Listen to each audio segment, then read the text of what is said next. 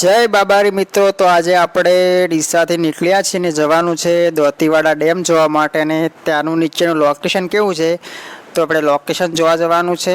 તો ચલો બ્લોકમાં એન્ડથી જોડાઈ રહ્યો ને આગળનો નજારો બતાવીએ. તો આપણે એક સેલ્ફી લઈ લઈએ. આગળ દશરથભાઈ બાઇક ચલાવી રહ્યા છે અને આપણે જઈશું દોતીવાડાનું લોકેશન બતાવીએ. બ્લોગ પર નવા લાઇક શેર અને સબસ્ક્રાઈબ કરી નાખજો ને નવા બ્લોગ આપણા આવતા રહેશે. તો આગળથી આપણે રાહુલભાઈ પણ લેવાના છે. રાહુલભાઈ આવી ગયા છે. તો અહીંયાથી આપણે પહેલાં ઉપર નથી જવાનું, આપણે નીચે જે લોકેશન છે ત્યાંનું આપણે ફોટો શૂટ કરવાનો છે ને રાહુલભાઈ બ્લોગર પણ મળી ગયા છે, પણ આવે છે દોતીવાડા અને દશરથભાઈ બાઇક ચલાવી રહ્યા છે. તો આ સાઈડ થોડો રસ્તો ખરાબ છે તો સંભાળીને ચાલવું. તો આપણે નીચે જ નીકળ્યા છે કારણ કે આપણે નીચે લોકેશન જોવાનું હતું, કારણ કે આપણે ફોટો અને વિડીયો શૂટ કરવા આવવાનું છે એટલા માટે લોકેશન ચેક કરવા આવ્યા છે. અને અહીંયા રસ્તામાં આ ટાઈપનું એક લોકેશન આવે છે અને અહીંયા કણે પોસ્ટર પણ લગાવેલા છે જનાવરના અંદર ખતરાના. તો શેનું છે તો આપણને ખબર નથી. તો આ કાચો રસ્તો છે ને જે ડેમ ઉપર જવાનું છે એ ઉપરથી પણ જવરાય છે. તો આપણે સેલ્ફી લઈ લઈએ એક. અને અહીંયાથી આપણે જવાનું છે જે બારીઓ છે ને ડેમની એના નીચે જ જવાનું છે. તો બ્લોગમાં એન્ડ સુધી જોડાયા રહો અને ચેનલ પર નવા લાઇક શેર અને સબસ્ક્રાઈબ કરી રાખજો, કારણ કે આપણે ઘણો બ્લોગ લાંબો બનાવ્યો નથી, કારણ કે વિડીયો બહુ લાંબો થઈ જાય એટલે અડધામથી કટ કરીને લઈ લીધો છે. તો આપણે અહીંયાથી નીચે જવાનું છે. તો જે બારીઓ છે એ હું તમને ત્યાં જઈને લોકેશન બતાવું. જે પોખરા છે તે એકદમ મસ્ત લોકેશન છે, એ જઈને બતાવું તમને. તો બ્લોકમાં એન્ડ સુધી જોડાયેલો. ત્યાંથી આપણે નીચે ઉતરવાનું છે. જે ડેમની બારીઓ છે ત્યાં કણે એટલું ખતરનાક લોકેશન છે. તો આપણે આજે અહીંયા જઈને જોઈએ કે કેવું લોકેશન છે. તો બ્લોકમાં એન્ડ સુધી જોડાયેલો. ચેનલ પર નવા લાઇક શેર અને સબસ્ક્રાઈબ કરી નાખજો. અહીંયાથી નીચે જવરાય છે અને અહીંયા કણે એક મંદિર છે મહાદેવનું, જોઈ શકો છો. અહીંયા ઉપર એક મંદિર છે. આ છે મંદિર. અહીંયા કણે તમે બેસી પણ શકો છો. અને અહીંયા જે રસ્તો છે નીચે જવાનો રસ્તો છે પેલી સાઈડથી, કારણ કે નીચે આવરાય એવું નથી તો આપણે અહીંયાથી નેળિયામથી જવું પડે. કાચો રસ્તો છે. તો ચાલો નીચે જઈને નીચેનું લુક બતાવું કે નીચેનું લોકેશન કેવું છે. અહીંયાથી આપણે લેવાનો છે. રસ્તો થોડો કાચો છે એટલે સંભાળીને ચાલવું, બાઇક બીજું હોય તો. અને રેત બીજી પડી હોય એટલે સ્લીપ ખાઈ જાય, તો સંભાળીને ચાલવું. અહીંયાથી જે લોકો ફોટો શૂટ કરવા આવે છે અહીંયા નીચેથી જ જાય, કારણ કે નીચે એકદમ સુંદર લોકેશન છે. જે મૂવીમાં બતાવે ને એ ટાઈપનું જ લોકેશન છે. એકદમ પહાડીવાળું છે, પાણી પણ જાય છે એટલે ફોટો વિડીયો શૂટ કરવાની બહુ મજા આવે. તો આપણે આવી ગયા છે નીચે. અહીંયા આગળ બાઇક કેમ્પ પાર્ક કરી અને બતાવીશું નીચેનું લોકેશન. તો અહીંયા કણે આપણે અહીંયા ઉતરી જઈએ છીએ ને બાઇક આગળ પાર્કિંગ કરી દઈએ છીએ અને પછી જઈએ આપણે નીચે. તો આપણે અહીંયાથી ઉતરીને આપણે દશરથભાઈ બાઇક ચડાવે છે અને આપણે આગળ રાહુલ બ્લોગર આગળ જઈ રહ્યા છે અને આપણે એક સેલ્ફી લઈ લઈએ એરી. તો જોઈ શકો છો આટલેથી કેટલું ખતરનાક લોકેશન લાગે છે ને. જે આપણે એમ કે નીચે રહીને જોઈશું તો બહુ મજા આવશે. અહીંયા કણે રિક્ષા પણ આવી શકે છે. જોઈ શકો ડેમની બારીઓ તમે. આટલે રહીને કેટલું મસ્ત લોકેશન લાગે છે. તો હજી આપણે અહીંયાથી નીચે જઈશું તો લોકેશન નીચે બહુ અહીંયા કરતાં નીચે બહુ સુંદર લોકેશન છે, કારણ કે નજીકથી જે ફોટો શૂટ કરવાની મજા આવે ને એ કંઈક અલગ જ છે. તો આપણે જે નીચે જઈએ, નીચે ઉતરવા સંભાળીને ઉતરવું, કારણ કે અહીંયા પથ્થર છે તો પગ બીજો લપખે ને તો વાગી જાય, તો સંભાળીને ચાલવું. તો ચલો નીચે જઈને લોકેશન બતાવીએ નીચેનું. તો રાહુલભાઈ આપણે જઈ રહ્યા છે આગળ ધીરે ધીરે, તો એમને પીછે આપણે જઈ રહ્યા છે. આપણે દેખ્યું નથી, એમને દેખેલું છે એટલે એમના પીછે જઈ રહ્યા છીએ. જોઈ શકો છો લોકેશન.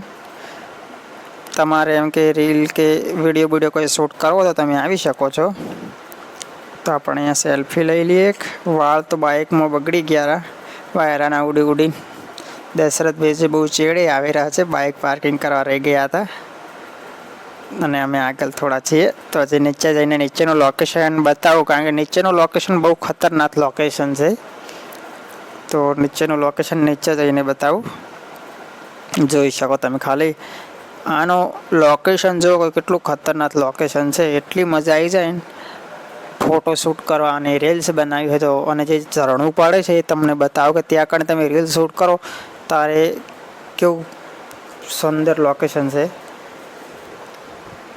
અહીંયા તમને જોઈ શકો છો. હવે અહીંયાથી બારી દેખાય છે ને પડ્યા છે પથ્થરો છે મોટા મોટા, તો અહીંયા કણ બેસીને તમે ફોટો બીજો શૂટ કરી શકો છો. હજી નજીક જઈને બતાવું, નજીકનું લોકેશન પણ બહુ મસ્ત જ છે, કારણ કે ત્યાં કણે ફોટો શૂટ કરવાની બહુ મજા આવે નજીકથી.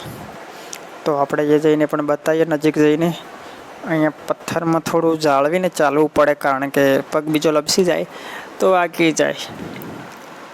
પથ્થર બહુ ઊંચા એટલે ચડતે થોડી દિક્કત થાય, એટલે નીચે રહીને જ ચાલવું જોઈએ.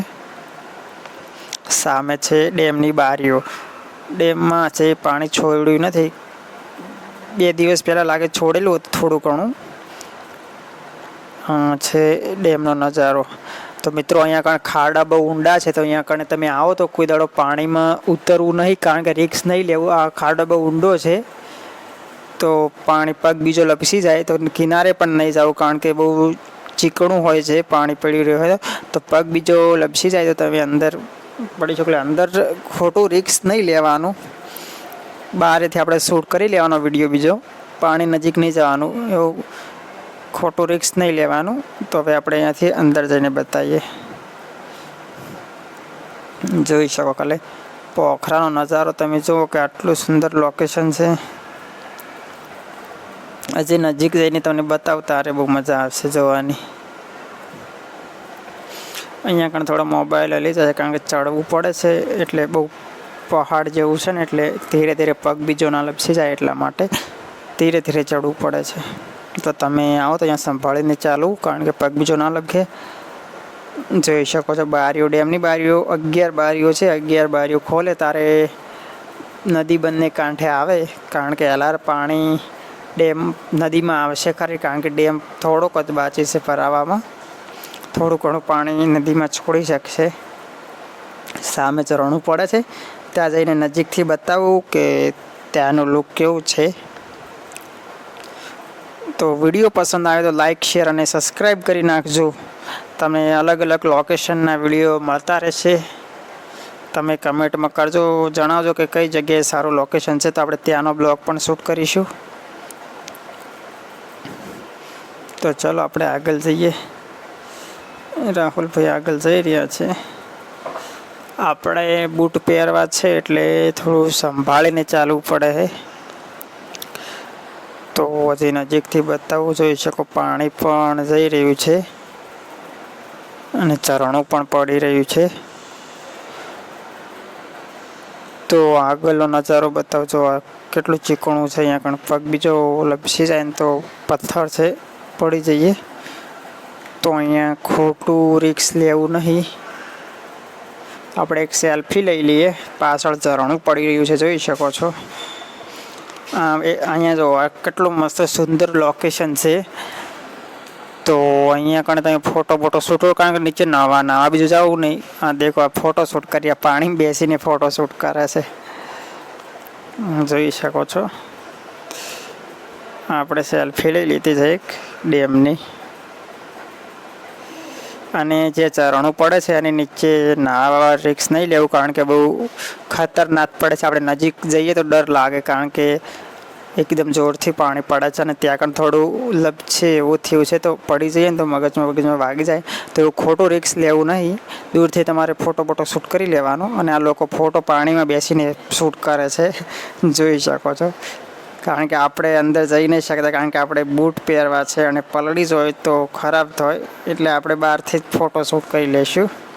એ લોકો હાલ ફોટો શૂટ કરી રહ્યા છે. અને આ છે ડેમની બારીઓ, જોઈ શકો છો. લોકેશન જો છે ડેમના નીચેનું લોકેશન છે. તો મિત્રો આપણે નીચે ફરવા રહી ગયા અને 6 વાગી ગયા. તો 6 વાગે અહીંયા ત્યાં ડેમની અંદર ઉપર જવા માટે એન્ટ્રી નથી આપતા, કારણ કે 6 વાગે કંઈ કોઈને આવવું નહીં, કારણ કે અંદર નહીં જવા દે. તો આપણે હવે ધક્કો પડ્યો તો નીચે ફરી લીધા અને આપણે જઈ રહ્યા છે આપણે પાછા ડીસા, કારણ કે અહીંયા કણ 6 વાગે એન્ટ્રી નથી. તો આપણે ચલો આપણી સવારી લઈને નીકળી પડ્યા છીએ પાછા ડીસા ફરી પેલા રવિવારે આવશું અને 6 વાગ્યા ટાઈમ પટી ગયો. તો રાહુલભાઈ કોઈક બોલી રહ્યા છે પણ એમનો અવાજ નથી આવતો. અને તો મિત્રો તમે પણ આવજો જરૂર, એકવાર મુલાકાત લેજો. 6 વાગે પહેલાં આવવું, 6 વાગે આવવું નહીં, આવવું તો 4 વાગે કેમ આવી જાવ, કારણ કે 6 વાગે અંદર એન્ટ્રી નહીં થવા દી. અને હવે જઈશું ઘરે અને આગળ કંઈક નવો બ્લોગ બતાવીશું. આ બ્લોગ પસંદ આવ્યો તો લાઈક, શેર અને સબસ્ક્રાઈબ કરી નાખજો. આપણે આગળ નવા બ્લોગ લાવતા રહીશું. દશરથભાઈ બાઇક પણ ચલાવી રહ્યા છે. તો મળીએ નેક્સ્ટ બ્લોગમાં. જય બાબા.